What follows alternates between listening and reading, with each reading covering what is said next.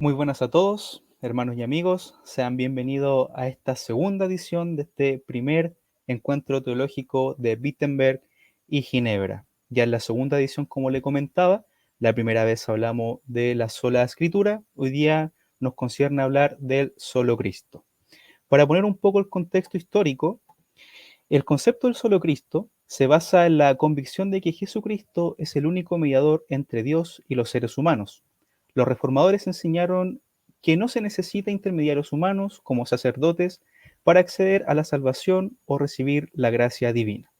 En lugar de eso, sostenían que solo a través de una fe personal en Jesucristo y su obra redentora en la cruz se podía obtener la reconciliación con Dios. Esta doctrina desafió directamente la autoridad y las prácticas de la Iglesia Católica Romana, que en ese momento promovía una estructura jerárquica en la que los sacerdotes y el Papa desempeñaron un papel central en la salvación de los fieles.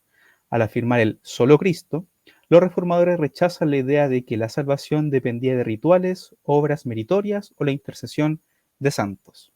El enfoque en Cristo como único mediador y salvador también enfatizó la suficiencia de su obra en la cruz. Los reformadores enseñaron que no había necesidad de añadir ninguna otra forma de salvación o justificación aparte de la fe en Jesús. Esto llevó a una renovación de la enseñanza del Evangelio, centrada en la gracia de Dios y la redención obtenida por Cristo. Habiendo ya hecho este pequeño contexto, situar el contexto del solo Cristo, doy paso a la presentación de nuestros exponentes. Por el lado de Wittenberg luterano, tenemos al profesor Andrés, que ya estuvo con nosotros. Por favor, profesor Andrés, preséntese. Hola amigos, hermanos, buenas noches, gracias por la invitación nuevamente, muy agradecido de vosotros y espero ser de utilidad nuevamente para en esta bendecida charla. Muchas gracias. Muchas gracias, profesor Andrés San Martín. Por el lado de Ginebra, calvinista, tenemos al profesor Daniel Esteban Vázquez Cofre. Por favor, pastor.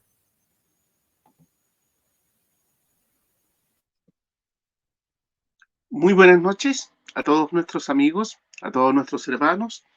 Les agradezco que estén otra vez presentes en esta segunda sola que vamos a compartir con nuestro hermano, profesor y colega luterano, que sea edificante. Ya vimos la sola escritura como primera etapa. Ahora nos corresponde ver el solo Cristo. Que aprendan mucho y que la reforma continúe, exaltando la gloria del Señor Jesús. Muchas gracias, profesor Esteban. Bueno, a los que nos están viendo voy a explicar cómo va a ser la estructura o el cronograma, por así decir, de lo que nos concierne el día de hoy, que como dijo el profesor Daniel, es el solo Cristo, ¿verdad? Esto se va a tratar de 3 temas. Cada tema va a ser tratado de 10 minutos por cada expositor. El primer tema es el solo Cristo en las confesiones. Comenzará el profesor Andrés, 10 minutos, luego continuará sus 10 minutos el profesor Esteban. Luego seguiremos con el segundo tema, la cristología según Lutero, que expondrá el profesor Andrés Luterano, y según Calvino, que expondrá el profesor Esteban, calvinista. Y el tercer y último tema será la ausencia del solo Cristo en el contexto evangélico de hoy y sus consecuencias. Nuevamente 10 minutos, profesor Andrés, 10 minutos el profesor Esteban. Y luego de finalizados los 3 temas, daremos a una etapa final de una sesión de preguntas y respuestas que serán contestadas por nuestros expositores, que por favor le pido a ustedes, los que nos están viendo, que nos hagan esas preguntas, esos comentarios, y les pido encarecidamente que tengan que ver exclusivamente con la sola de hoy, que es el solo Cristo. Habiendo ya puesto en contexto la situación, cómo va a ser el día de hoy, le pido por favor, profesor Andrés, la pantalla y el escenario suyo para que comiencen sus 10 minutos. Muchas gracias. ¿Qué se puede decir respecto del luteranismo y en realidad del cristianismo sobre la cristología, sobre el solo Cristo en este caso, que no se haya dicho antes? En realidad es bastante poco lo original que se pueda decir, lo cual no quiere decir que no se pueda aportar nada.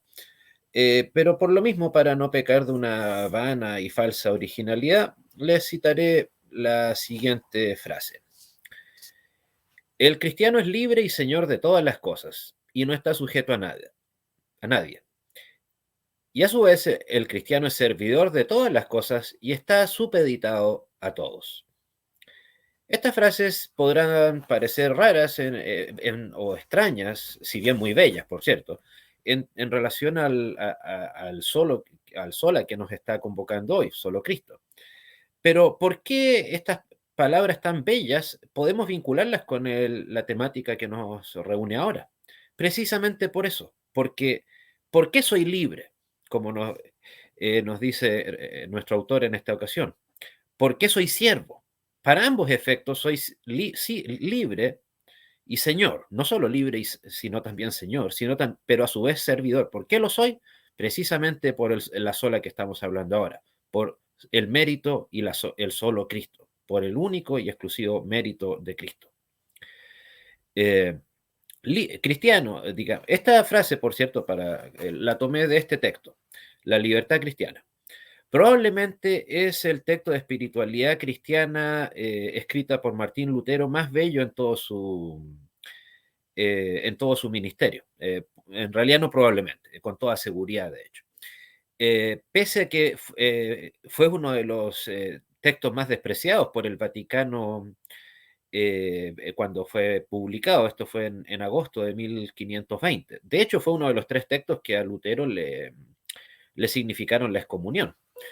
No es que haya sido simplemente un tratado entre otros tantos, sino, insisto, fue uno de los 3 junto con la cautividad babilónica de la Iglesia y a la nobleza cristiana de la nación alemana, para los cuales la bula Exsurge Domine del 4 de julio del 520 le llamaba a retractarse hasta fines de ese año, 1520, perdón, y si no, corría el riesgo de la excomunión. Pero insisto, quiero repetir la frase para insistir en ella. El cristiano es libre y señor de todas las cosas y no está sujeto a nadie. Y a su vez el cristiano es servidor de todas las cosas y está supeditado a todos. Pero insisto, ¿a razón de qué? A razón del mérito de Cristo. No estamos presentando aquí ningún oxímoron ni ninguna contradicción, sino simplemente una complementación.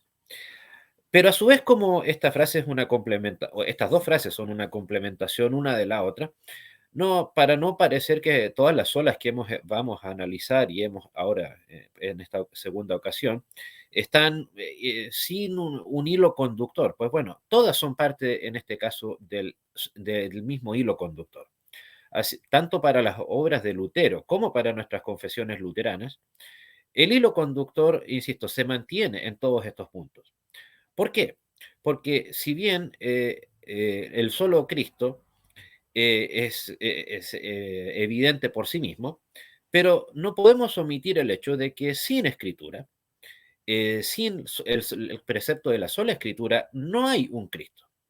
¿Cuál Cristo puede entonces usted conocer? Si es que desechamos o parcializamos o incluso focalizamos la sola escritura.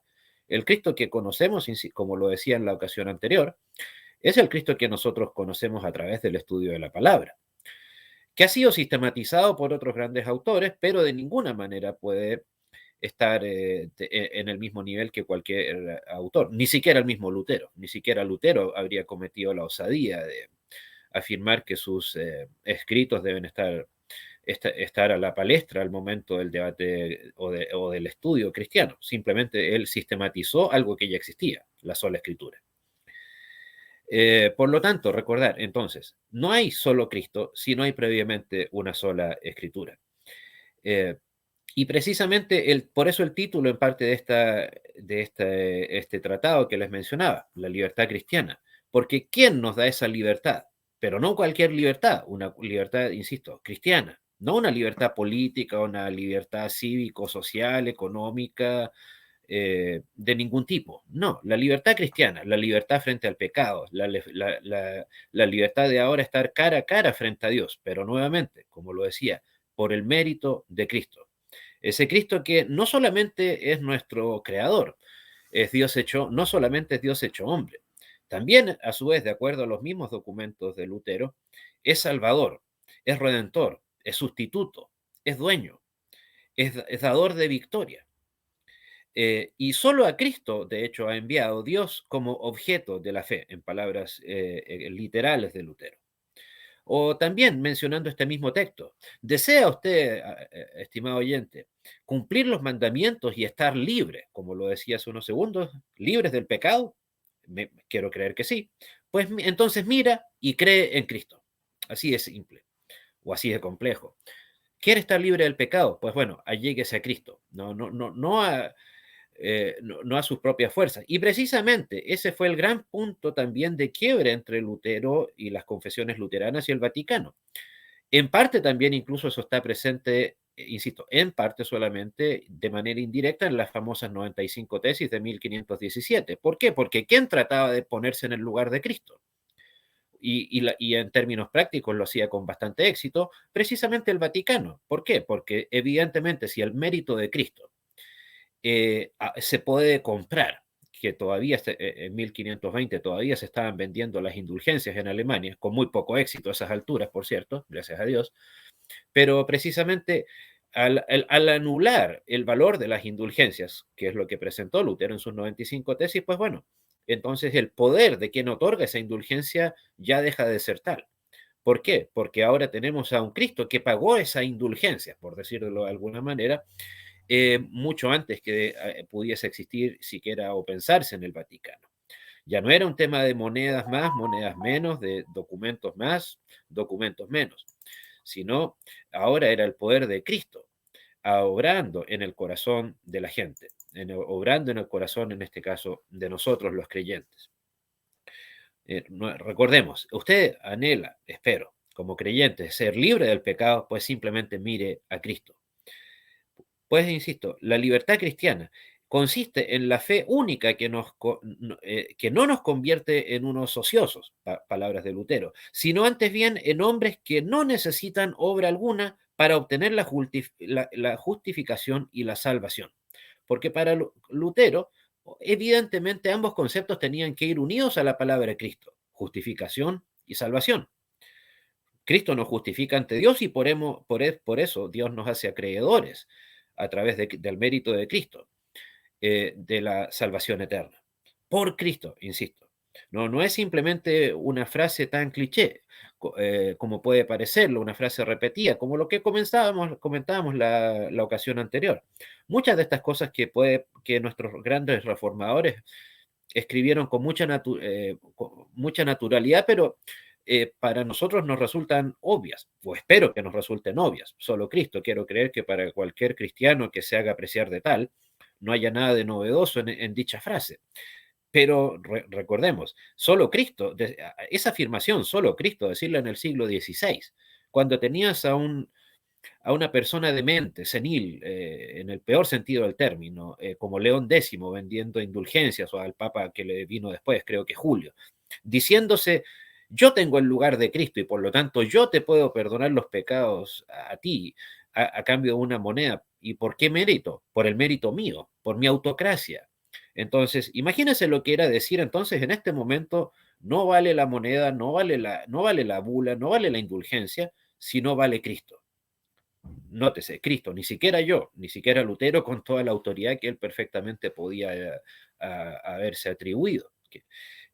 O sea, insisto, era un concepto, al igual que el de la sola escritura, un concepto totalmente revolucionario, que se había mantenido escondido durante prácticamente 1000 años, y las pocas personas que se atrevieron a decirlo en voz alta en ese intervalo, bueno, en la mayoría o terminaron escondidos en algún lado o derechamente en las llamas de la hoguera. Así que demos gracias a Dios de que el principio de solo Cristo fue reflotado, reavivado a través de sus siervos que llegaron en el siglo XVI junto con la Reforma. Gracias. Muchas gracias, profesor Andrés, por esta ponencia. Por favor, profesor Esteban, póngase en pantalla y recordemos que el primer tema para los oyentes es el solo Cristo en las confesiones.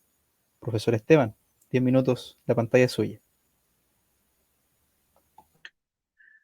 Toda confesión que se haga llamar cristiana necesariamente tiene que tener un apartado, un artículo, una sección o un capítulo dedicado a la persona de Cristo, a la cristología. De hecho, todos los documentos confesionales de la Reforma del siglo XVI, tanto los protestantes, cuando digo los protestantes me refiero a nuestros hermanos luteranos, y los reformados, que son nuestros hermanos calvinistas, en sus documentos confesionales dedicaron importantes párrafos, tanto en sus confesiones como en sus catecismos, para hablar de la persona de Cristo. Yo tengo aquí a mi alcance lo que es la Confesión de Fe de Westminster, tal vez una de las mejores confesiones expositoras de la doctrina reformada, que es conocida también como doctrina calvinista. En el capítulo 8, la Confesión de Fe de Westminster trata de Cristo el mediador. Va a tener en total 7 secciones tiene el documento.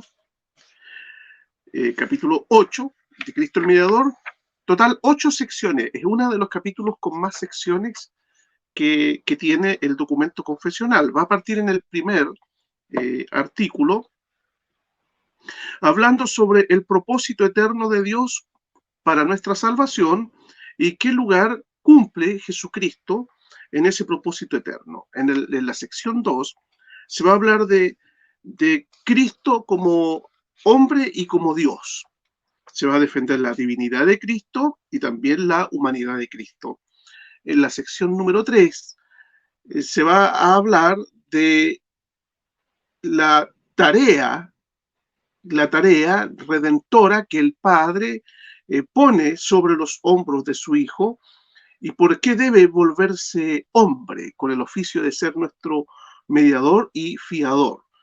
En el párrafo 4, se va a hablar de lo que en teología se conoce los estados de Cristo, el estado de humillación, que va a abarcar desde el momento en que se pone bajo la ley al nacer como hombre, sus sufrimientos, sus dolores, su crucifixión, su sepultura, su muerte, y luego el estado de exaltación, donde se va a hablar de la resurrección del Señor con su cuerpo glorificado, su ascenso al cielo, que está sentado a la diestra del Padre, que intercede por nosotros y que volverá pronto a juzgar a los hombres y a los ángeles. En el párrafo 5 de la Confesión de Westminster se va a tratar un tema muy interesante que no voy a ahondar ahora, lo voy a dejar para después, pero se va a hablar respecto a que la obra redentora de Cristo tiene 2 aspectos: su obediencia vicaria y su sacrificio vicario. Después me voy a detener a conversar de esto. El párrafo número 6 dice: cuando la obra de la redención no fue consumada por Cristo, sino hasta después de su encarnación, y ahí hablará de la eficacia y los beneficios que se comunican a los elegidos de parte de los méritos de Cristo. ¿Cómo los méritos de Cristo pasan a beneficiar al creyente? El párrafo número 7 vuelve a hablar de Cristo como mediador en sus 2 naturalezas, y el párrafo número 8, cómo Cristo aplica la redención mediante el llamamiento eficaz a su iglesia o a su pueblo. De eso trata entonces la Confesión de Fe de Westminster. En la Confesión belga vamos a tener en el artículo 10 o capítulo 10 de la Confesión belga la naturaleza de Cristo, tanto Dios como hombre. Siempre van a estar estos elementos presentes en los documentos confesionales de la Reforma. Y en el artículo 22, que voy a dedicarme a leerlo, dice: creemos que para obtener verdadero conocimiento de este gran misterio, el Espíritu Santo enciende en nuestros corazones una fe sincera, la cual abraza a Jesucristo con todos sus méritos, se lo apropia y fuera de él ya no busca ninguna otra cosa. Ahí es donde sale este concepto del solo Cristo o solamente Cristo. Sus méritos alcanzan, sus méritos son suficientes. O habría que concluir que si todo está en él, entonces quien cree en él tiene todo lo necesario para la salvación completa. O si se dijera que Cristo no es suficiente, por cuanto además de él es aún necesario algo más, sería una blasfemia, porque ahí se seguiría que Cristo es solamente un salvador a medias. Y se defiende entonces que los méritos de Cristo son suficientes para nuestra redención. La reforma del siglo XVI, hermanos, lo que va a hacer es exaltar a Cristo a lo sumo, como decía nuestro hermano Marco al introducir el tema de hoy. Es una respuesta protestante, tanto luterana, de los luteranos como de los calvinistas, de esos cristianos del siglo XVI y parte del siglo XVII, en contra de la mediación de los santos, de la mediación de María, en contra de las indulgencias, de las buenas obras. Se va a exaltar a Cristo y Cristo solo. En el Catecismo de Heidelberg, todos los documentos confesionales, vuelvo a decir, van a tratar extensamente el tema de la persona de Cristo. Desde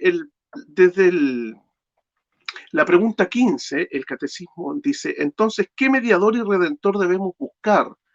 Uno que sea verdadero hombre y perfectamente justo, y que sea más poderoso que todas las criaturas, es decir, que sea al mismo tiempo verdadero Dios.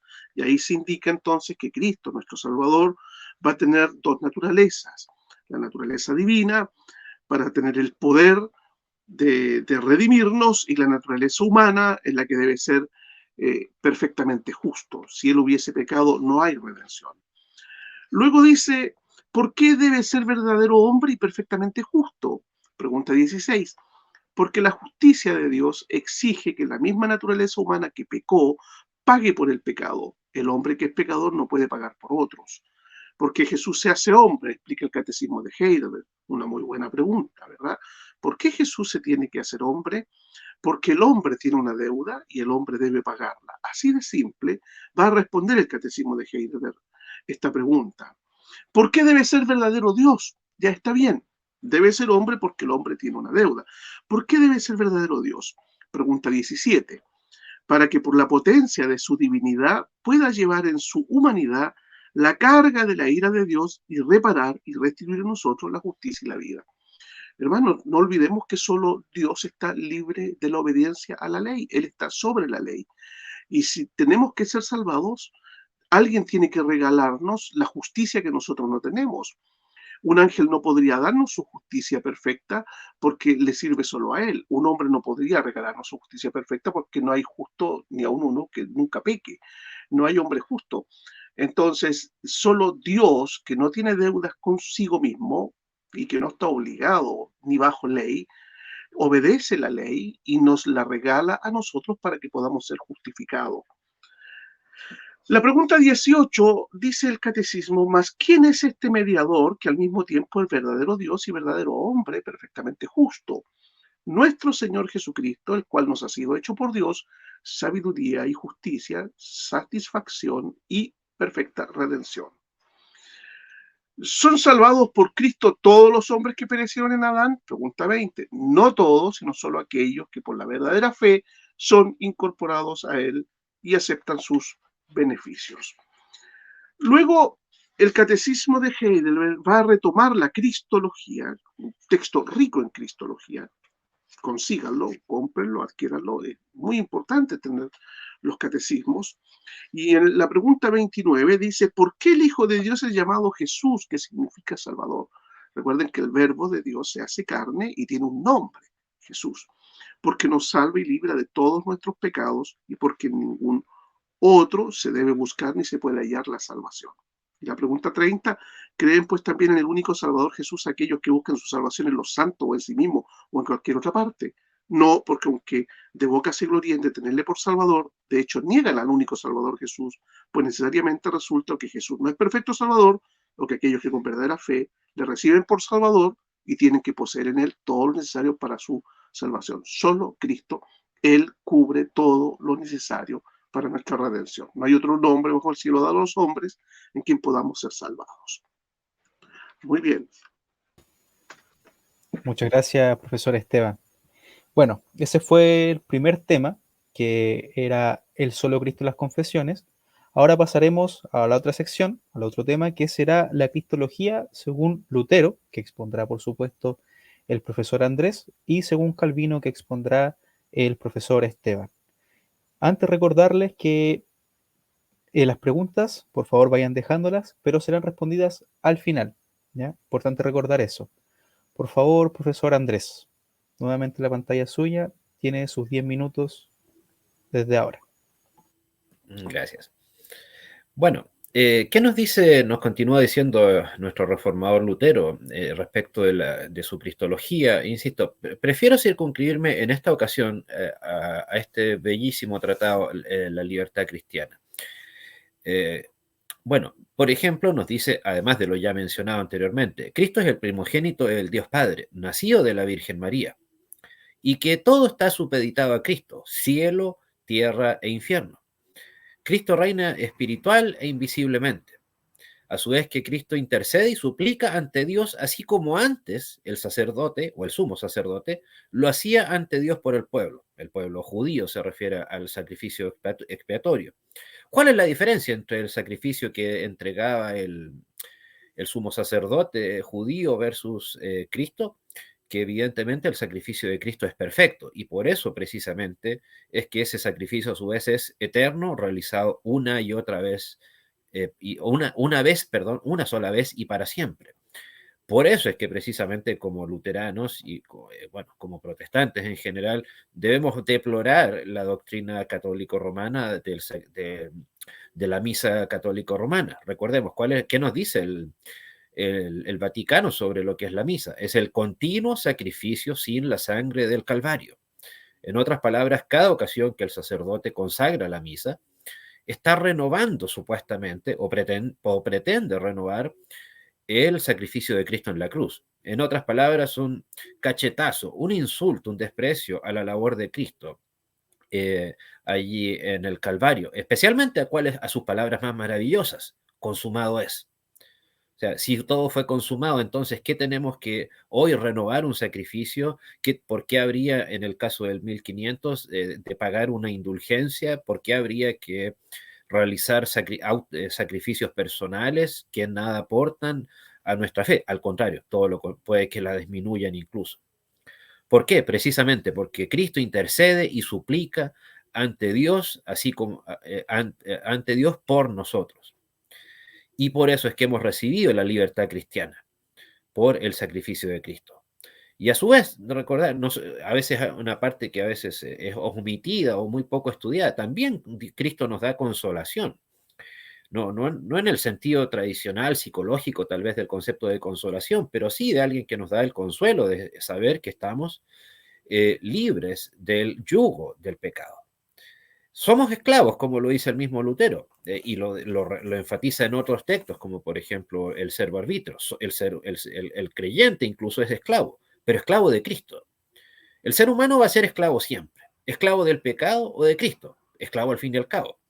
Pues bueno, y el ser humano no tiene la capacidad de autorrevivirse y dejar de ser esclavo. Por eso es que necesita a Cristo para que lo saque de ese estado de esclavitud en el que se encuentra. Y deja de ser dueño de sí mismo nuevamente, persona libre ante nadie, obviamente ante Dios no, sino una persona libre, pero por el mérito de Cristo, porque Cristo le hizo libre, pero no para ser libre ante Cristo. No soy soberano por sobre Cristo, evidentemente. También nos dice nuestro reformador, el cristiano es libre, sí, pero debe hacerse con gusto, convertirse en siervo, en alguien o en otras palabras, en un esclavo. Insisto, estas palabras son de 1520. El texto con el que debatió con Erasmo el servo arbitrio, probablemente su texto teológico más profundo, es de 1525. O sea, aquí ya estaba dejando claro el principio de que somos esclavos de Cristo, evidentemente. Por eso el título del libro, La voluntad determinada, el servo arbitrio. Y también, si bien aquí ya saliendo un poco de las palabras de Lutero, pero yendo a una de las dos confesiones de fe luteranas más extensas, la Apología de la Confesión de Augsburgo, que tal vez en su contenido doctrinal es tal vez la más fuerte, digamos. Las otras, porque había que ratificar lo que ya se había dicho en Augsburgo originalmente. ¿Qué nos dice aquí sobre Cristo? En el que declaramos que hay dos naturalezas en Cristo, a saber, su naturaleza humana, asumida por el Verbo en la unidad de su persona, y que este mismo Cristo padeció y murió para reconciliar al Padre con nosotros, y que resucitó para gobernar, justificar y santificar a los creyentes, de acuerdo con el credo apostólico y el credo niceno. Recordemos, gobernar, justificar y santificar. Eso es una de las tantas labores que se nos habla en nuestras confesiones de fe de Cristo. En todo el libro de Concordia, recordemos el texto doctrinal por excelencia del luteranismo, con todas nuestras confesiones de fe, hay una frase que curiosamente no van a encontrar, que es la frase que a veces como teólogo me gusta enfatizar mucho cuando se trata de cristología: resurrección corporal de Cristo. Alguien en alguna ocasión me increpó por ese motivo, y si bien no supe darle una respuesta en ese mismo momento, la respuesta es un tanto clara. ¿Por qué? Porque esa herejía, poner en duda la resurrección corporal de Cristo, no era un tema que estuviese en debate, no era ni siquiera con el Vaticano, no era un tema particularmente álgido, porque esa herejía, si bien ya había gente que la había guardado, pero no era una herejía así en boga como lamentablemente la tenemos cual alcantarilla abierta en las iglesias mal llamadas luteranas, sino que el gran conflicto del siglo XVI entre los teólogos, ya sea católicos o incluso de los que posteriormente estaban adhiriendo a la Reforma, era precisamente lo que acabo de leer, el de las dos naturalezas de Cristo. Habían algunas secciones sectores que afirmaban que Cristo solamente tenía una naturaleza plenamente divina, pero que por lo tanto no tenía una naturaleza humana, corpórea. Pero evidentemente para reconciliarnos a nosotros, humanos, con Dios Padre, evidentemente Cristo tenía que tener ambas naturalezas, tanto la humana como la divina. Y para Lutero, para nuestras confesiones, esa es una realidad absolutamente necesaria, una unión indivisible que no podía darse, sino al contrario, debe darse en plena comunión, la comunión plena entre Dios Padre, entre Cristo como ser divino, así como plenamente humano. Insisto, esa era por sobre todo la gran discusión cristológica del siglo XVI. Probablemente habían otros sectores menores que entraban en la discusión de si Cristo era un ser creado. En la época del cisma con Oriente, el 1054, estaba el tema del Espíritu Santo, si es que procedía del Padre y del Hijo, solamente del Padre. Pero en esta época, como les digo, la discusión era esa. Por eso es que temas como estos, insisto, tal como el de la resurrección corporal de Cristo, sus milagros físicos, en esa época en general no eran puestos en duda, en general, insisto. Pero sí estaba, lamentablemente, esa era la gran temática. ¿Estaban ambas naturalezas presentes en Cristo? La respuesta de Lutero y de nuestras confesiones luteranas es un rotundo sí. Y no solo están, sino que también era necesario, o es necesario que estén ahí. Si no, no hay una posible reconciliación entre el ser humano pecador y el Dios Todopoderoso libre de todo pecado. Por lo tanto, solo Cristo podía, digamos, el principio del solo Cristo es el que anula la plenipotencialidad que afirmaba tener el Vaticano en aquella época, al poner al Papa y el magisterio en un nivel, tal vez no lo decían en voz alta, pero en la práctica sí, del momento en que se consideran con la autoridad de poder vender el perdón de los pecados, están precisamente tomando el lugar de ¿quién? De Cristo en la cruz. No era un insulto solamente a la inteligencia, al proceso cognitivo de la gente, no, era un insulto derechamente a Cristo. Insisto, un insulto que lamentablemente es muy fácil de cometer. Precisamente por algo insistimos tanto en la salvación por gracia, por fe y no por obras. Entonces, así como la sola escritura anula la autoridad del magisterio, incluso de los padres de la iglesia, si no solamente son netamente referenciales, el solo Cristo anula el poder del papado o el poder que pretende tener el papado. Y de hecho, no olvidemos, esto fue en 1500. y la infalibilidad papal, que fortaleció el poder del papado recién es del 1891. Eso solamente como una acotación, que la brecha que había entre Lutero y los reformadores versus el Vaticano no solo se ha mantenido, sino que lamentablemente se ha agigantado a paso firme. Y no solamente se ha agigantado, sino que mantiene agigantándose hasta el día de hoy. Por lo tanto, recordemos, la unión y la naturaleza y entre la naturaleza humana y divina en la persona de Cristo es una unión y comunión diferente, perfecta, mucho más sublime y eterna, inefable que cualquier otra. Insisto, y eso era la base fundamental de la cristología en la época de la Reforma. Muchas gracias. Gracias, profesor Andrés. Eso fue la exposición sobre la cristología según Lutero, por parte del profesor Andrés. Ahora vamos con el profesor Esteban, que va a hablar de la cristología, en este caso, según Calvino. Por favor, profesor Esteban, la pantalla es suya, tiene sus 10 minutos. Bueno, los primeros 10 minutos hemos leído o visto que sostenían las confesiones de fe protestantes, reformadas y protestantes sobre Cristo. ¿Dónde encontrar lo que dice Calvino sobre Cristo? Bueno, se tiene que encontrar en los escritos de Calvino. Y tenemos dos fuentes importantes. Primero, la institución cristiana. Por excelencia, el texto dogmático más importante de la Reforma calvinista es la institución cristiana. Y allí vamos a encontrar el pensamiento de Juan Calvino sobre la persona de Jesús. Y lo otro sería lo que yo he llamado los estándares de Ginebra en este libro, donde mantengo la confesión de fe de Ginebra y el catecismo de Calvino, el catecismo de Ginebra. Yo voy a usar para ver el pensamiento de Calvino sobre la cristología y principalmente hablar del solo Cristo en su confesión de fe y en su catecismo.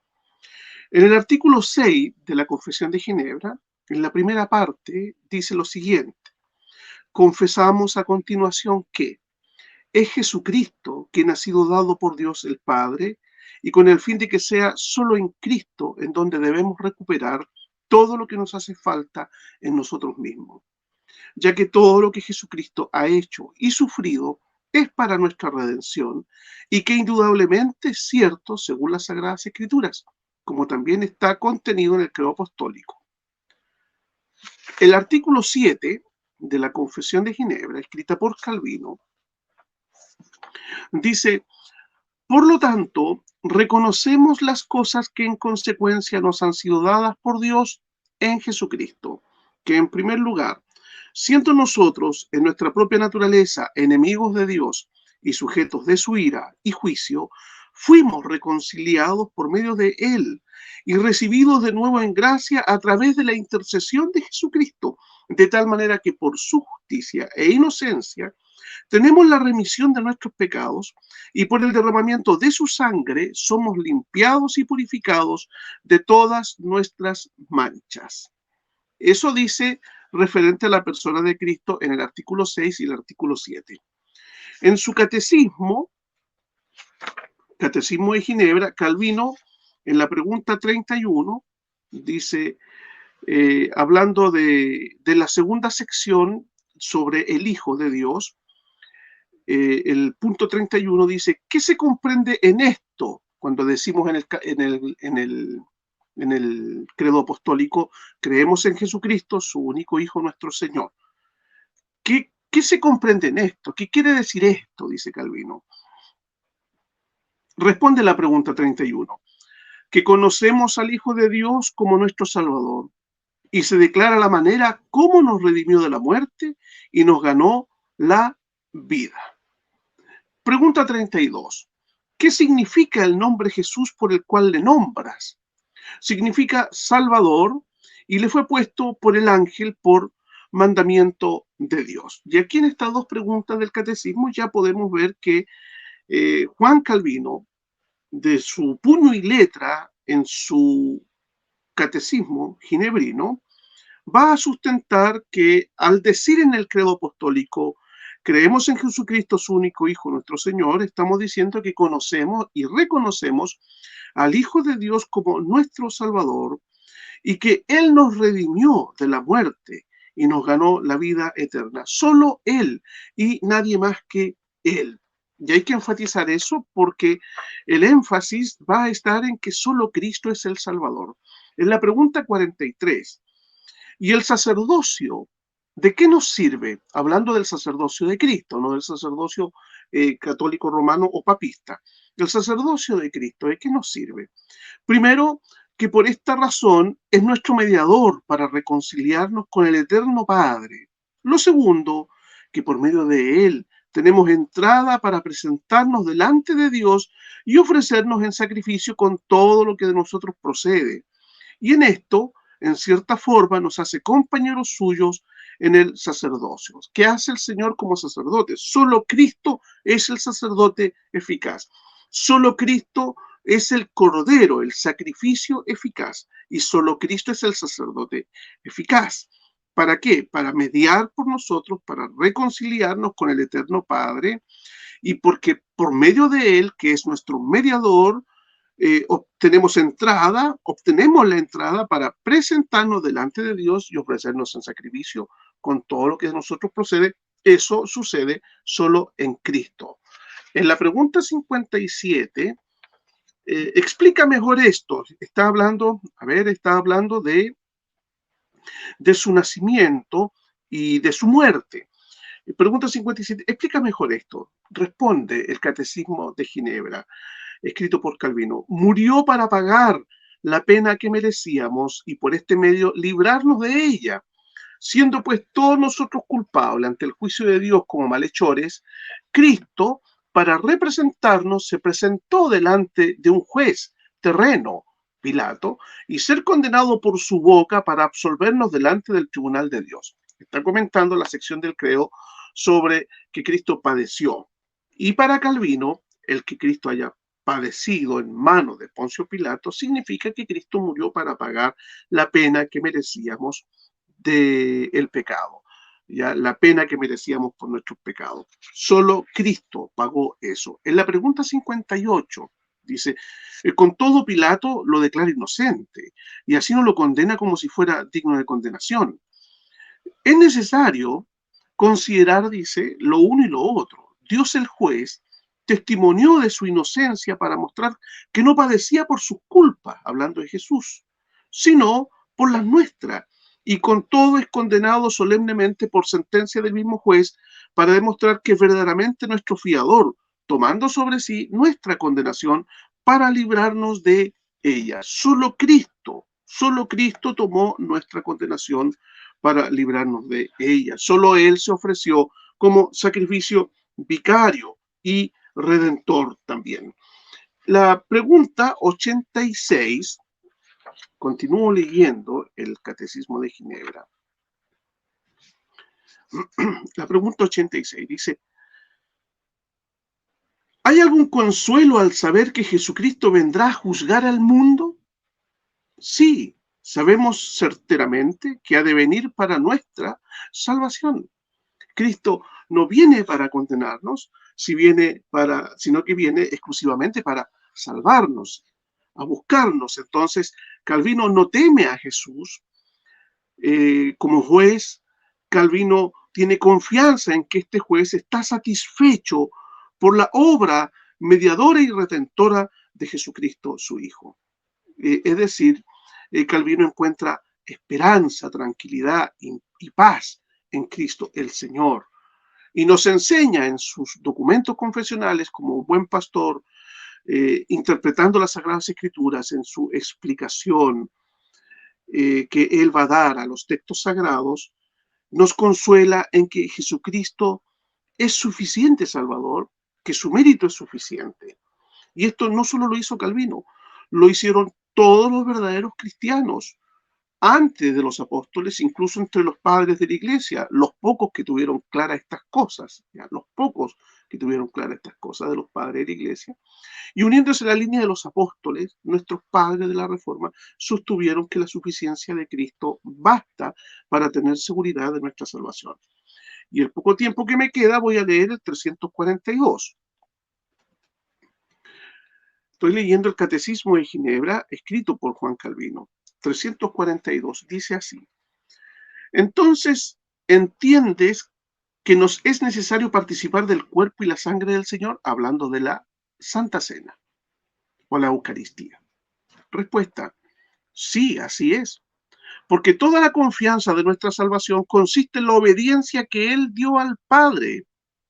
Y como nos es imputada, como si fuera nuestra, es necesario que nosotros la poseamos, porque no son nuestros sus bienes si el primero no se nos da. ¿Y dónde se nos da? Y aquí Calvino está hablando del gran sentido de la cena del Señor, ya que ha mantenido dividido a luteranos, anglianos y calvinistas. Y Calvino dice, bueno, en esa cena del Señor lo que Dios nos da es la obra redentora de su Hijo, sus méritos que se nos imputan.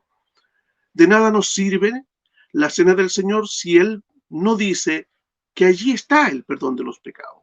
Entonces Dios nos da, para Calvino, la satisfacción de Cristo en el Evangelio escrito y en el Evangelio sacramental también, que está la cena del Señor. Solo Cristo, Cristo entregado en el Evangelio y en los signos sacramentales. Muchas gracias, profesor Esteban. Eso fue entonces la cristología según Lutero y según Calvino correspondiente a cada uno. Ahora pasaremos al tercer tema y último, recordemos que son 10 minutos cada uno, y luego pasaremos a la sección final de preguntas. El tercer tema es la ausencia del solo Cristo en el contexto evangélico de hoy y sus consecuencias. Por favor, profesor Andrés, nuevamente la pantalla es suya. Gracias. Bueno, compartiré mi última parte citando nuevamente a nuestro reformador. En el punto segundo sobre el credo respecto de la redención, Lutero nos dice, creo en Jesucristo, verdadero Hijo engendrado del Padre en la eternidad, y también verdadero hombre nacido de la Virgen María. Es mi Señor que me ha redimido a mí, hombre perdido y condenado, y me ha rescatado y conquistado de todos los pecados, de la muerte y de la potestad del diablo, no con oro o plata, sino con su santa y preciosa sangre y con su inocente pasión y muerte. Y todo esto lo hizo para que yo fuese suyo y viviese bajo él en su reino, y le sirviese en justicia, inocencia y bienaventuranza eternas. Y la última de nuestras confesiones luteranas nos dice, precisamente, no en una parte de cristología, sino curiosamente en el tema en donde se está discutiendo el asunto del libre albedrío, nos dice la fórmula de concordia. Nuestro Señor Jesucristo y sus apóstoles, esto es, que el Espíritu ha sido hecho libre, hace buenas obras, mas no por temor al castigo, como un esclavo, sino por amor a la justicia, como los hijos. Por causa del Señor Jesucristo, el Señor no responsabiliza a sus escogidos, para que no se piense que esa palabra solamente la utilizan los calvinistas. Por esa debilidad, como está escrito, ninguna condenación hay para los que están en Cristo Jesús. Bueno, lamentablemente buena parte de lo que les acabo de leer es solamente un adorno litúrgico, teológico, lingüístico tal vez de buena parte del mundo luterano, como lo he mencionado en otras ocasiones. Lamentablemente de las diversas alas que tiene el luteranismo, los que seguimos a plenitud el principio de del solo Cristo, somos un porcentaje muy minúsculo, literalmente es minúsculo. Pero el problema es que siempre que sacamos a un Dios, en este caso Cristo, de su pedestal, solemos poner a otro. ¿Y cuáles han puesto a cuál Cristo han puesto en ese pedestal? Los mal llamados luteranos, en este caso me remitiré al luteranismo, pues bueno, a la mal llamada intelectualidad, a la ortodoxia muerta, como se le llamó, de la cual rescató el pietismo en el siglo XVII al luteranismo cuando estuvo a punto de morir espiritualmente. Y ahí recién con Jacob Spener comenzó el estudio sistemático de la Biblia posterior a la Reforma. pero lamentablemente esa ortodoxia muerta no murió, por así decirlo, sino que tristemente resucitó y con mucho vigor en el siglo XX, principalmente con la alta crítica bíblica, el método histórico crítico y todas las teorías espiritual, de interpretación espiritual del texto bíblico. Porque como lo decía en la charla anterior, si es que negamos el principio de la sola escritura, entonces, ¿qué vamos a creer de Cristo? Por algo les decía, tal vez si hoy en día escribiesen el libro de Concordia desde cero, habríamos tenido que escribir literalmente, creo en la resurrección corporal de Cristo. ¿Por qué? Porque ese prácticamente ha sido el primer ataque no solo al relato bíblico, sino a la obra de Cristo. Recordemos, piénsalo así, mejor dicho, si es que la resurrección de Cristo, perdón, la muerte de Cristo fue física, en un cuerpo físico, para que haya victoria sobre esa muerte, haya una verdadera victoria, una verdadera derrota ante la muerte, entonces, ¿por qué esa resurrección iba a ser como se nos suele hacer creer en el mundo luterano moderno de los teólogos herejes? Una resurrección netamente espiritual, que en el fondo de resurrección no tiene nada. Lamentablemente esa es la corriente que ha dominado toda la alta academia europea, buena parte incluso del luteranismo en Estados Unidos, representado principalmente en la Evangelical Lutheran Church in America, la ELCA, otro cuerpo herético representante de la Federación Luterana Mundial. Insisto, en donde usted puede aceptar muchas cosas, y nadie le va a decir nada, pero si usted afirma abiertamente creer en la resurrección corporal de Cristo, o como no sé si se notó cuando lo leí, cuando mencioné la frase María Virgen. Insistí mucho en la frase virgen. ¿Por qué? Porque ¿qué es lo que han puesto en ese lugar? Han puesto a un Cristo que no nació de María Virgen, que no resucitó corporalmente, que no hizo milagros de manera literal, como están relatados en las Escrituras, que no ascendió de manera literal a los cielos. Se los pondré nuevamente en las palabras de ese teólogo que les mencioné en la ocasión anterior. Yo le pregunté así directamente, ¿qué significa entonces la resurrección para usted? El teólogo, por cierto, insisto, alumno del hereje, de heresiarca Rudolf Bultmann, me decía, la resurrección significa Cristo vive en mí. En otras palabras, si mi vecino o vecina, qué sé yo, la persona que va frente a mi casa o frente a cualquiera de ustedes, no cree en Cristo, entonces Cristo no resucitó y solamente es o sea, en otras palabras, me pone a mí en un lugar literalmente casi de endiosamiento. Nuevamente, me pone en ese lugar que al ser humano le gusta tanto estar, en el lugar de Dios. Seréis como dioses. En este caso, ¿qué significa? Que soy yo el protagonista de la resurrección de Cristo. Si la resurrección solamente se limita a eso, Cristo vive en mí.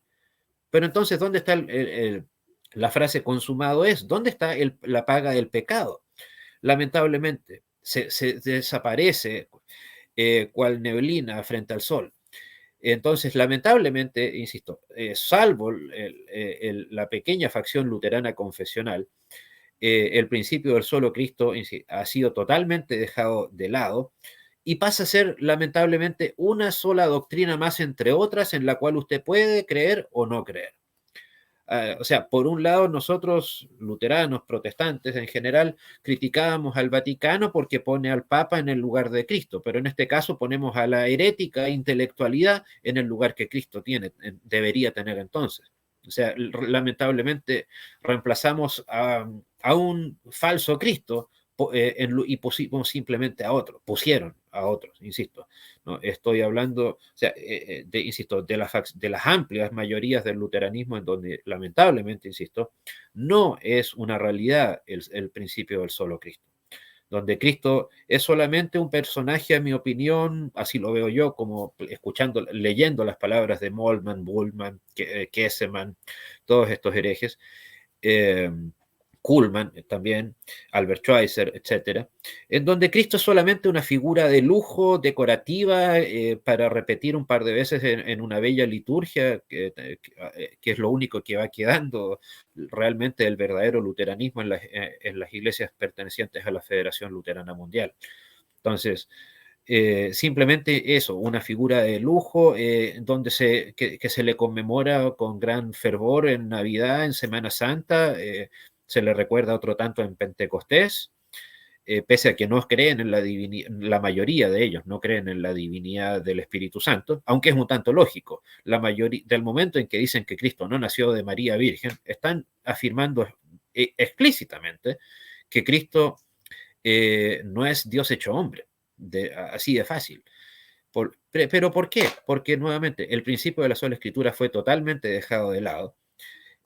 Ni siquiera se le puso en su lugar a nuestras confesiones, que después de todo nuestras confesiones apuntan a la Biblia, a las escrituras, sino simplemente, como les decía, en primera instancia, a la herética ortodoxia muerta del siglo XVI, pero posteriormente a la ortodoxia, a la neortodoxia, o que también es conocida en los círculos europeos como la dialéctica, pero no es nada más que una manera maquillada de simplemente decir herejía moderna, pero herejía al fin y al cabo. Y lamentablemente, insisto, eso ha impregnado, y en el fondo esa fue la herencia curiosamente, o tristemente, de uno de los redactores de nuestras confesiones de fe, Philippe Melanchthon, que presentó siempre una postura muy timorata frente al dogma. Melanchthon, pese a ser un brillante teólogo, por cierto, ningún luterano confesional haría bien en considerarlo su hermano en Cristo. ¿Por qué? Porque este hombre era un hombre dado más a la diplomacia que al dogma. Por lo tanto, tristemente puedo afirmar, sin temor a equivocarme, que el principio del solo Cristo ha sido dejado de lado o licuado, en el mejor de los casos, ampliamente por los teólogos y seguidores de los mal llamados luteranos en el siglo XX. Excepción de la cual me siento orgulloso de no estar en ella.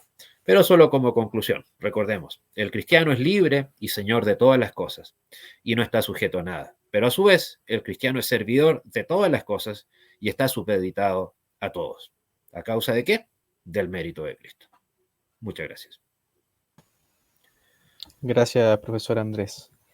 Entonces ahora le tocaría el turno de el pastor profesor Esteban Vázquez. Seguimos con el tercer y último tema, que es la ausencia del solo Cristo en el contexto evangélico de hoy y sus consecuencias. Les recuerdo que luego de esto habrá una sección de preguntas. Vayan dejando sus preguntas en este momento porque después, cuando termine el profesor Esteban, ya empezaremos a leerla y ya quizás sea tarde para plantearla y que aparezcan en pantalla. Por favor, profesor Esteban, los 10 minutos son suyos. Estos últimos 10 minutos yo voy a leer también un documento escrito que tiene por título Contra las hordas avivacionistas que menosprecian la suficiencia del Evangelio de nuestro Señor Jesucristo. El profesor Andrés ha hablado del peligro de los modernistas y la neortodoxia respecto a la doctrina sobre Cristo. Yo voy a hacer mención al Evangelio de la sola experiencia. A finales de la década del 60 y parte del 70, hubo en los Estados Unidos un fuerte movimiento llamado la Revolución de Jesús, cuyo mensaje era el Cristo de la experiencia. Y en su contraposición, los que tenían una formación teológica confesional resaltaban el Cristo histórico. Unos glorificaban los sentimientos e impresiones de la experiencia y los otros predicaban que la fe debe descansar en algo enteramente objetivo, fuera de la experiencia del hombre, esto es, en el Cristo histórico. La cuestión clave en el debate podía reducirse a esta pregunta: ¿cuál era el evangelio predicado por los apóstoles? ¿El Cristo histórico o el Cristo de la experiencia? Si examinamos algunos pocos textos de las Sagradas Escrituras, ella misma podrá responder esta pregunta. Por ejemplo, Lucas capítulo 1 del 1 al 4. Por cuanto muchos han tratado de compilar una historia de las cosas que entre nosotros son muy ciertas, tal como nos las han transmitido los que desde el principio fueron testigos oculares y ministros de la palabra, también a mí me ha parecido conveniente, después de haberlo investigado todo con diligencia desde el principio, escribírtelas ordenadamente, excelentísimo Teófilo, para que sepas la verdad precisa de las cosas que te han sido enseñadas. ¿A qué está haciendo referencia Lucas? ¿Al Cristo de la experiencia o al Cristo histórico? Al Cristo histórico. Juan 20, 30 y 31. Y muchas otras señales hizo también Jesús en presencia de sus discípulos, que no están escritas en este libro, pero éstas se han escrito para que creáis que Jesús es el Cristo, el Hijo de Dios, y para que al creer tengáis vida en su nombre. Nuevamente la pregunta, ¿a quién hace referencia el apóstol Juan? ¿Al Cristo de la experiencia o al Cristo histórico? Al Cristo histórico, otra vez. Voy a leer también el libro de Hechos, el capítulo 5, versículo 28 al 32. Os dimos órdenes estrictas de no continuar enseñando en este nombre. Y he aquí habéis llenado a Jerusalén con vuestras enseñanzas y queréis traer sobre nosotros la sangre de este hombre. Mas respondiendo Pedro y los apóstoles dijeron, debemos obedecer a Dios antes que a los hombres. El Dios de nuestros padres resucitó a Jesús a quien vosotros habéis matado, colgándole en una cruz. A este Dios exaltó a su diestra como príncipe y salvador para dar arrepentimiento a Israel y perdón de pecados. Y nosotros somos testigos de estas cosas y también el Espíritu Santo, el cual Dios ha dado a los que le obedecen. ¿De qué habló Pedro? ¿Del Cristo de la experiencia o del Cristo histórico? Nuevamente, Pedro, como los otros escritores del Nuevo Testamento, hablaron del Cristo histórico. La primera carta a los Corintios, capítulo 15, versículo 1 al 3. Ahora os hago saber, hermanos, el evangelio que os prediqué, el cual también recibisteis, en el cual también estáis firmes, por el cual también sois salvos, si retenéis la palabra que os prediqué, a no ser que hayáis creído en vano. Porque yo os entregué en primer lugar lo mismo que recibí, que Cristo murió por nuestros pecados conforme a las Escrituras, que fue sepultado y que resucitó al tercer día conforme a las Escrituras, que fue sepultado y que resucitó al tercer día conforme a las Escrituras. ¿Qué tenemos ahí? ¿El Cristo de la experiencia o el Cristo histórico? Todos estos versículos y muchos otros que tenemos en el Nuevo Testamento enseñan sin duda alguna que el evangelio predicado por los apóstoles no estuvo centrado jamás en sus experiencias espirituales. No hablaban de la unción que sentían ni de una corriente eléctrica que bajara de sus cabezas hasta los pies. Todo lo contrario.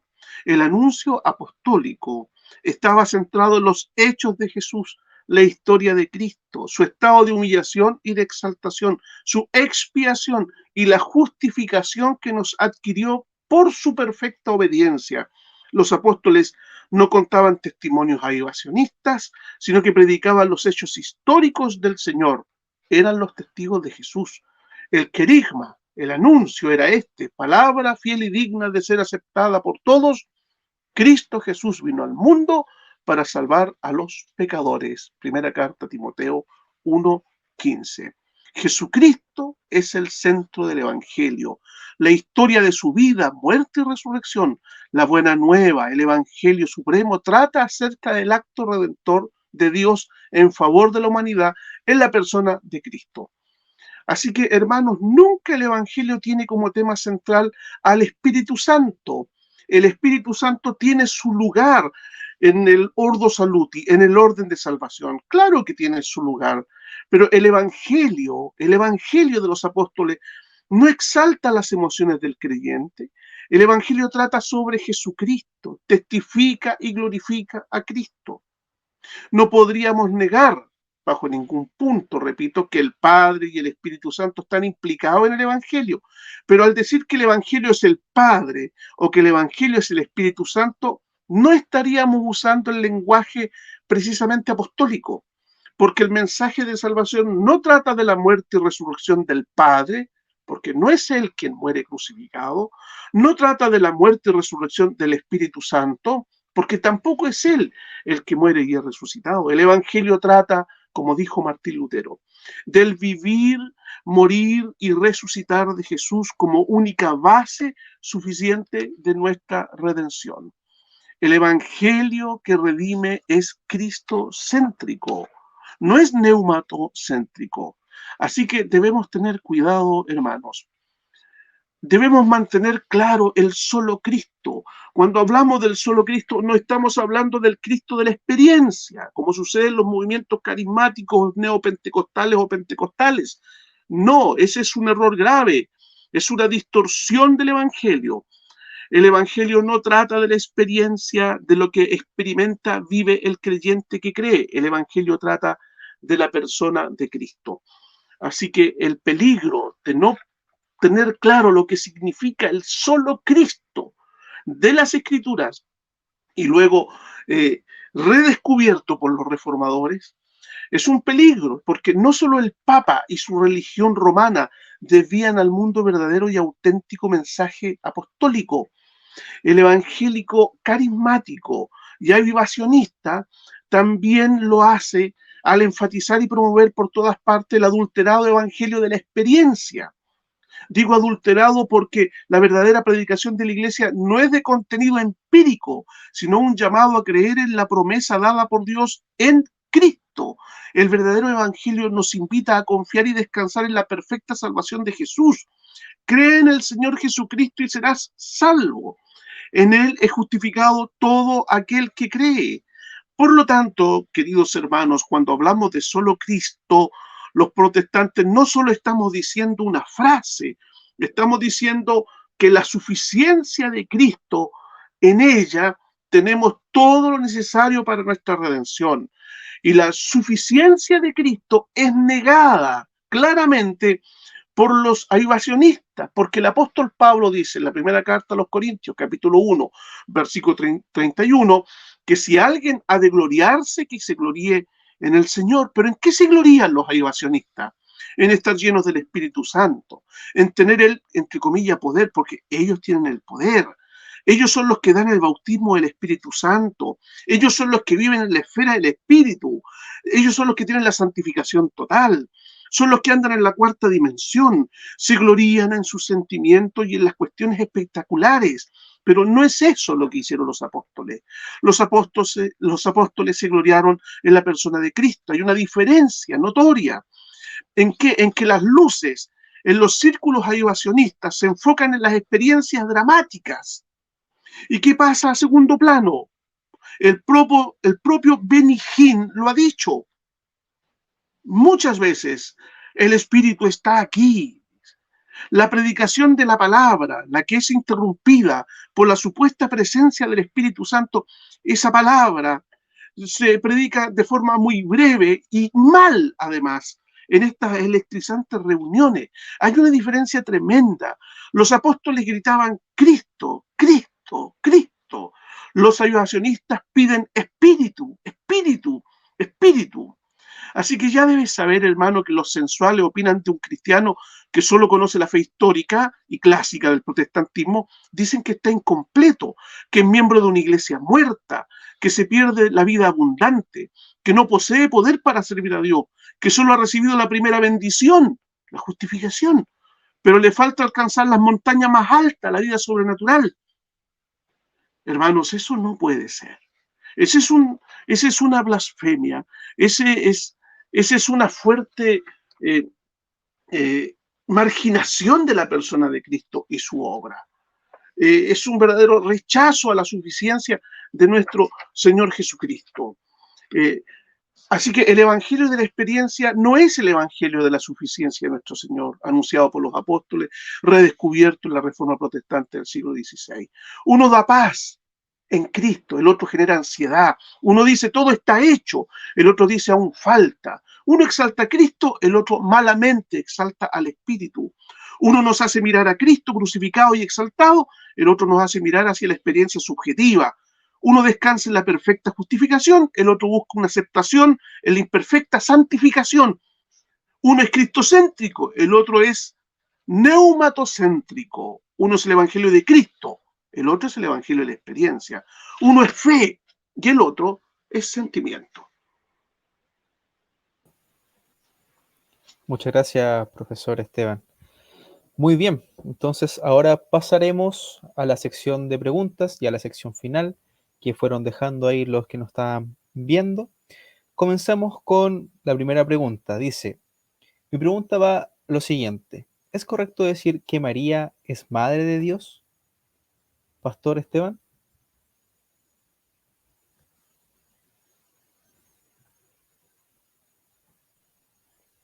Es correcto decir que María es madre de Dios. La Teococos, ¿no es cierto? La madre de Dios.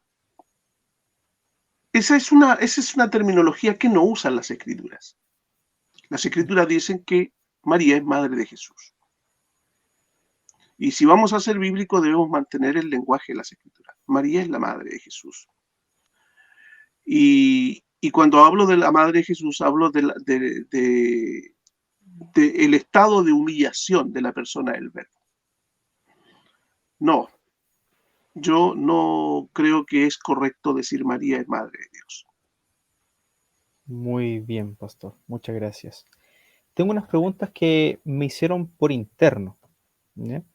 Quería comentarle la primera, en este caso al profesor Andrés, que cómo afecta la cristología de Lutero a la comprensión de la fe y la justificación en el contexto de la Reforma.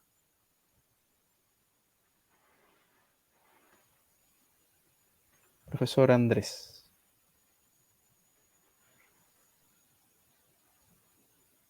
Pero La, ahí sí, estaba silenciado.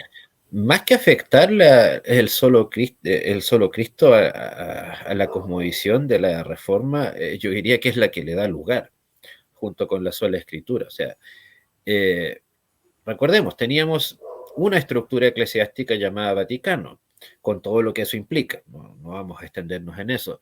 Pero del momento en que le quitamos dicha autoridad para reemplazar por la verdadera autoridad, en este caso Cristo, y por ende su palabra, entonces ahí el Vaticano pierde toda autoridad y ese es el verdadero, llamémoslo así, combustible que da fuerza al movimiento reformado del siglo XVI. O sea, sin el principio del solo Cristo, la reforma del siglo XVI no habría tenido, no solo no habría tenido lugar, no habría tenido sentido. O sea, hablando de santos, desvestir a un santo para vestir a otro. O sea, habría sido una reforma incompleta y además de toda la dignificación que le da al ser humano y también el llamado a la humildad. ¿Por qué? Nuevamente, como algo similar con lo que plantea respecto de la sola escritura. La sola escritura, al igual que el solo Cristo, es un llamado a la humildad. El solo Cristo es un llamado a mi humildad. ¿De qué? De que yo no soy autosuficiente. El solo Cristo me dice, tú eres pecador, pero Cristo es tu Salvador. No te des ínfulas, no tengas, no hagas, no oses en hacerte llamar, como diría el Vaticano, infalible, o que tu autoridad verbal tenga el mismo nivel de mis escrituras, ni mucho menos de mis obras. El solo Cristo es un llamado, un cable a tierra, a mi manera de ver el mundo, incluso como visión, en el sentido de que ya no soy yo el protagonista ni de mi salvación, ni de mi existencia, ni de mi redención, ni de mi santificación, sino es exclusivamente Cristo. O sea, además de cambiar el concepto de la santificación, ¿no? La santificación la recibimos de parte de Cristo como un hecho consumado, como lo plantea Primera de Corintios 1:2, al menos en las traducciones más tradicionales, como nos dice, llamados santos. O sea, Cristo nos proclama santos, perfectos, perdón, bueno, santos ante Dios, no en el sentido de exentos de pecado. Pero, insisto, es un llamado a la humildad también y a recibir, a sentirnos precisamente esos siervos que somos, a pesar de que Cristo nos ha hecho amos. Muchas gracias, profesor Andrés. Para el profesor Esteban también tengo una pregunta, justamente con lo que estaba al final usted hablando. ¿Qué enseñanzas o prácticas específicas podrían considerarse contrarias al principio de solo Cristo en la actualidad? Otra vez, por favor, a ver. ¿Qué enseñanzas o prácticas específicas podrían considerarse contrarias al principio del solo Cristo en la actualidad? Por ejemplo, esos evangélicos que creen que la muerte de Cristo perdonó los pecados pasados. pero de aquí en adelante depende de sus conductas. Eso es un fuerte ataque al solo Cristo. Causar la sensación de que los que no están bautizados con el Espíritu Santo en realidad no pueden estar seguros de su salvación. Eso es un atentado al solo Cristo. La justificación no es una obra del Espíritu Santo, es una obra de Cristo y está fundada en los méritos de Cristo. La obra del Espíritu Santo tiene que ver con lo subjetivo y con lo experimental, pero eso tiene relación con la regeneración, con la conversión, con la santificación. Toda la obra redentora, justificadora, expiatoria, reconciliadora es obra de Cristo. Otra vez, por favor, la pregunta. Perdón. Dice, ¿qué enseñanzas o prácticas específicas podrían considerarse contrarias al principio del solo Cristo en la actualidad? Tenemos también aquellos que siempre están provocando la sensación de inseguridad en sus hermanos cuando les preguntan si están preparados o no para irse con el Señor. ¿Ya? Esa pregunta, ¿estás tú preparado para irte con el Señor? Lo que hace es mirar, que el sujeto se mire a sí mismo, se mire hacia adentro, mire su vida de santidad, su vida cristiana. Eso es papismo puro. Es llevar a una dependencia de las obras a un creyente que debería mirar a Cristo y mirar en Cristo, verse completo en Él, en el sustituto, en el segundo Adán, en aquel que tiene todos los méritos que a mí me faltaban, me los dona, me los regala, me los imputa y por la fe sola. Por lo tanto, también es un peligro para el solo Cristo. Muchas gracias, profesor Esteban. Profesor Andrés, una pregunta que hicieron acá en el chat es, ¿se puede encontrar a Cristo fuera de las Escrituras?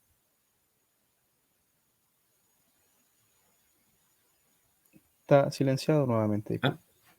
Ahí sí. Ok. Viendo que la pregunta la redactó nuestro buen amigo hermano Luis, me imagino que es una pregunta netamente retórica, pero respondiendo a ella, no, no y no. Mucho se puede decir de, uno, la experiencia personal, claramente, o sea, ni siquiera el mismo Lutero, ni siquiera el mismo Calvino apelaron a ella. Y después de todo, la experiencia personal siempre apunta, como lo decía nuestro pastor hace unos minutos, valga la redundancia, a mi experiencia, a mi sentimiento. Y mis sentimientos pueden ser tan equívocos como cualquiera. Mi experiencia sensorial puede cambiar según mis capacidades cognitivas, según mi edad, según mi madurez, etcétera, etcétera, etcétera. Por ahí algunos nos dirán es que tenemos que pasar por el filtro, ya sea de nuestras confesiones o de autores antiguos.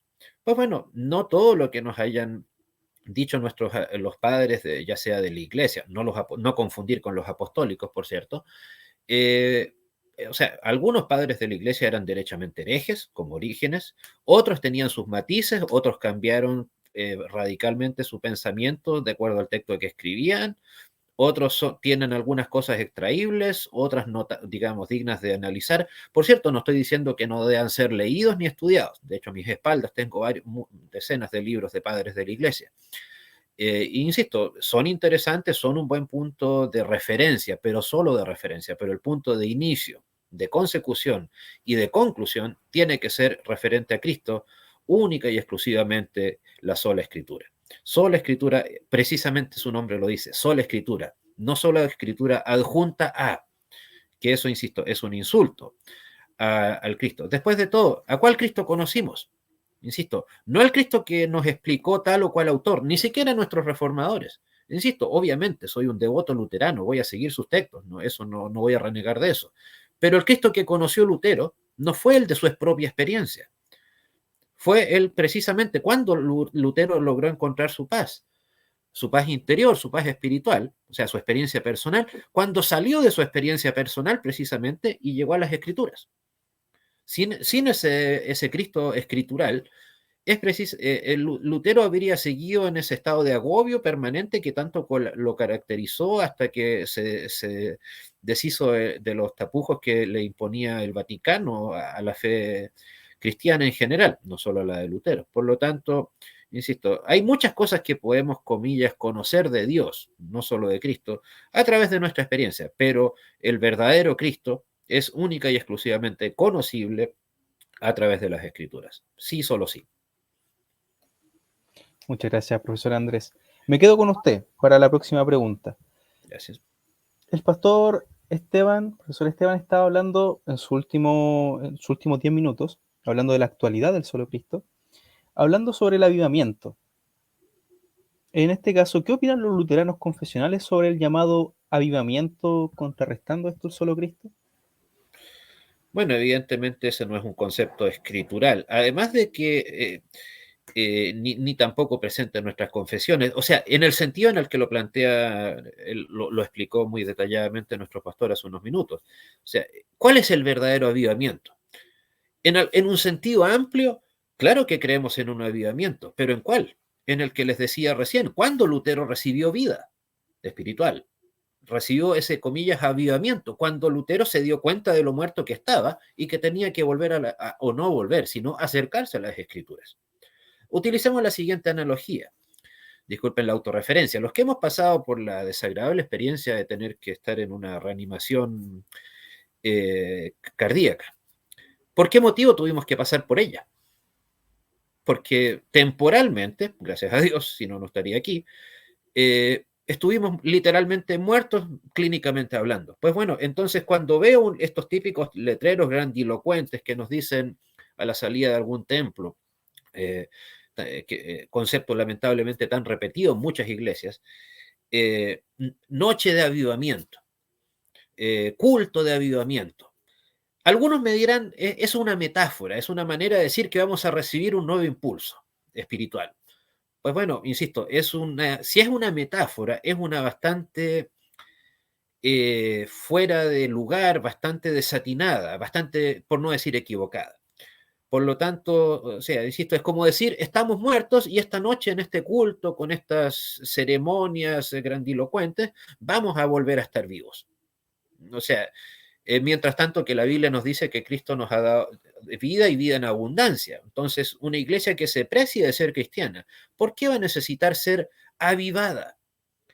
El único avivamiento real, insisto, es volver a las Escrituras, volver a Cristo, el Cristo escritural, nada más. O sea, precisamente podemos llamar en sentido amplio a la reforma, luterano, calvinista, como un verdadero avivamiento. ¿Por qué? Porque ahí lo que se buscó, con sus matices, con sus diferencias, como ya lo hemos mencionado, en volver única y exclusivamente al Cristo de las Escrituras, no al Cristo que nos decía el papado, que nos decía el magisterio, la tradición, etc. Eso es un verdadero avivamiento. No, insisto, la experiencia personal, que, insisto, puede ser muy equivocada, así como puede también ser muy correcta, pero debe estar lejos de ser el punto de determinación de qué es lo correcto, qué es lo verdadero y lo que no, qué es lo que me da vida y lo que no. Porque lo que me da vida está muy claro en Juan 3:16, está muy claro en cualquier texto que nos hable sobre la justificación por parte de Cristo. Por lo tanto, no, sin duda el concepto de avivamiento que conocemos, no solamente es lejano a nuestras confesiones luteranas, sino también evidentemente lejano al concepto bíblico de la verdadera vida en abundancia que Cristo nos otorgó. Muchas gracias, profesor Andrés. Y la última pregunta para el profesor Esteban. ¿Qué consecuencia tendría una negación total del principio del solo Cristo en la teología y en la práctica cristiana? No habría salvación. Si tú sacas el solo Cristo, entonces tendrás que poner tus méritos, o como Roma, los méritos de los santos, o algún otro tipo de mérito para poder ser salvado. Tú sacas a Cristo y no hay salvación. Le pondrás por nombre Jesús porque Él salvará a su pueblo de sus pecados. Tú sacas a Cristo y no hay redención.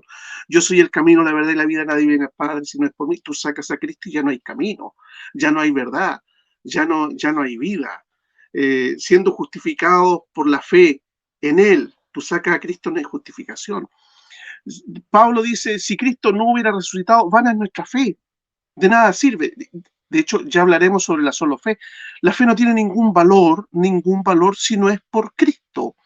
La fe es la mano que toma a Cristo. Algunos creen que son salvos por la fe, están equivocados. No somos salvos por la fe. La fe nunca es causa de la salvación, es medio de salvación. Ya lo veremos cuando nos toque ver esa sola. Entonces, tú sacas a Cristo y no tienes nada, tienes solo condenación, ira eterna de Dios y infierno. No hay otra cosa fuera de Cristo. No hay otro nombre bajo el cielo dado a los hombres en quien podamos ser salvos. Solo en Cristo nos encontramos con Dios, somos reconciliados con Dios, nos volvemos hijos de Dios, somos justificados. Solo en Cristo está toda la vida cristiana y la esperanza cristiana.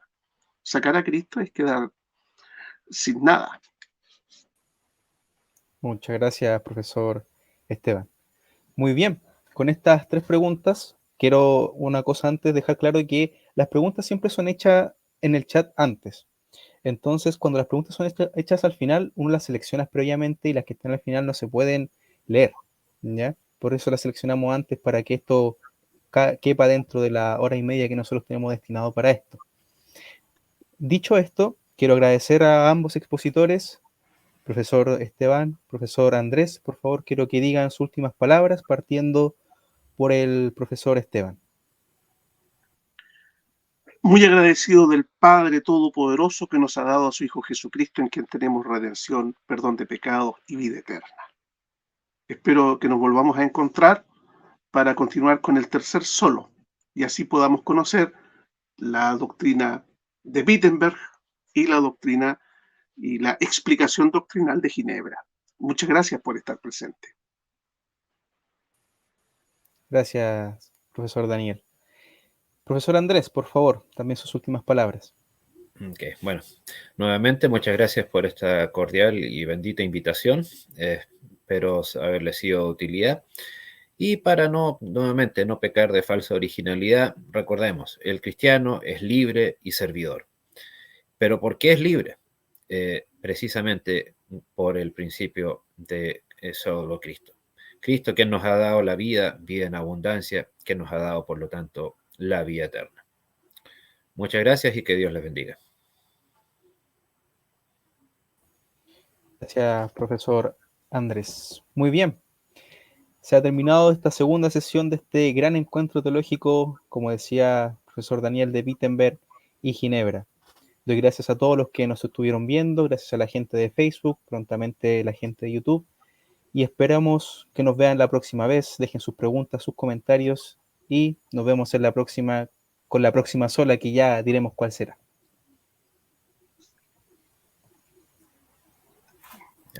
Adiós, buenas noches, Dios le bendiga.